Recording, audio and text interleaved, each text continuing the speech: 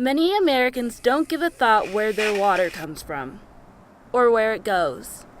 But, when you turn on the faucet, there's nothing to remind you that this is a precious resource. Michelle Gabriola Parrish works in CU's Environmental Center.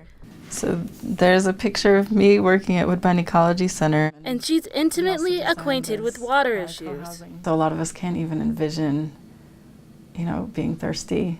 1 in 10 people in the world lack access to clean water.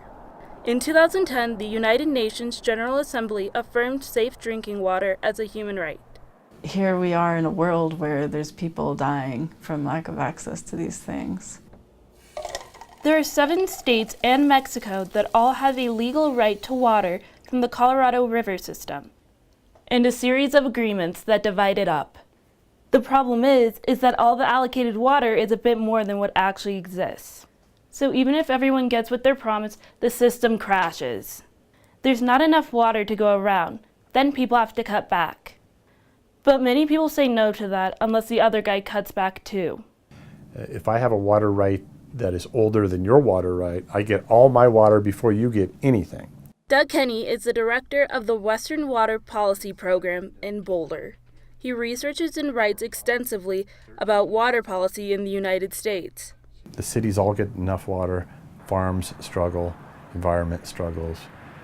There would be winners and losers. If you don't have access to safe, clean water and reliable access to safe, clean water, it impacts every part of your life.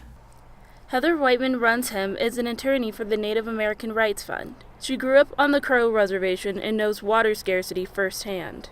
It's always been a big part of my life, being aware that water is not something you take for granted. Native Americans hold 20% of the Colorado River Basin water rights, but they're lucky to use a fraction of it, and contaminated water is all too common.